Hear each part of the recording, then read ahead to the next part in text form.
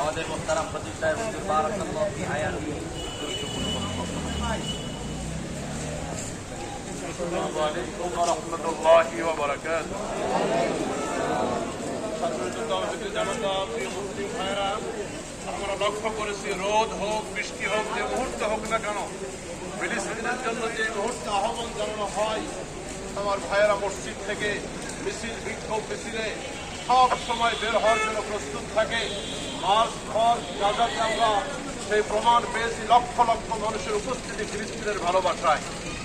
আজকের এই ভালোবাসাটুকু যদি আরব রাষ্ট্রগুলি ফিলিস্তিনের জন্য দিতে পারত, আল্লাহর কসম করে বলি ফিলিস্তিন আজকে স্বাধীন রাষ্ট্র হিসেবে গোটা পৃথিবীর বুকে মাথা উঁচু করে দাঁড়াতো।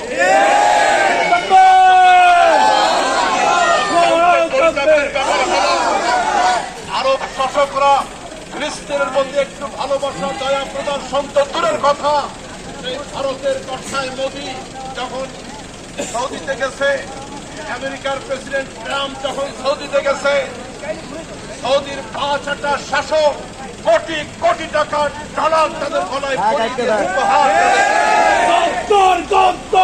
আফসোসের ব্যাপার, আমি বিশ্বাস করি শুধু কাঁঠালবাগ মসজিদের এই কর্নারে নয়, আজকে যদি ফিলিস্তিনে যাওয়ার সুযোগ আমাদের থাকত, এদেশের কোটি কোটি যুবক প্রস্তুত ছিল জীবন দেওয়ার জন্য, ফিলিস্তিনবাসীর জন্য, ঠিক কিনা? এই জন্য আমাদের প্রতিবাদ অব্যাহত থাকতে হবে। ইমানের ভিতরে জ্বলন এবং আমাদের ব্যথা থাকতে হবে। এই জ্বলন এবং ব্যথা নিয়ে ইসরায়েলের যাবতীয় প্রোডাক্টকে আমরা বর্জন করব। কেন ফিলিস্তিনবাসীর প্রতি এই অর্থ দিয়ে বোমা তৈরি করে রক্তপাত না করে। আরব শাসকদেরকে বলতে চাই, আজ তোমরা কোটি কোটি টাকা ঢালতেছ ওই পাশ্চাত্যবাদীদের জন্য।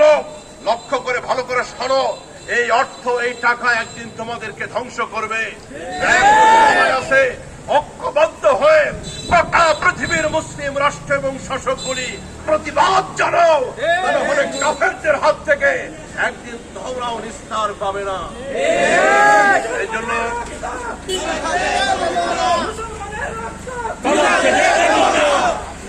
মোহতারাম হাজিরিন, রমজান মাসেও আক্রমণ বন্ধ ছিল না। রমজান পরবর্তী শত শত ফিলিস্তিনিকে হত্যা করা হয়েছে, গোটা গাজাকে বুলডোজার দিয়ে গুড়িয়ে এখন সেইটা নিজেদের মতো গলার পায়তারা করতেছে ইসরায়েলের ইহুদিবাদেরা।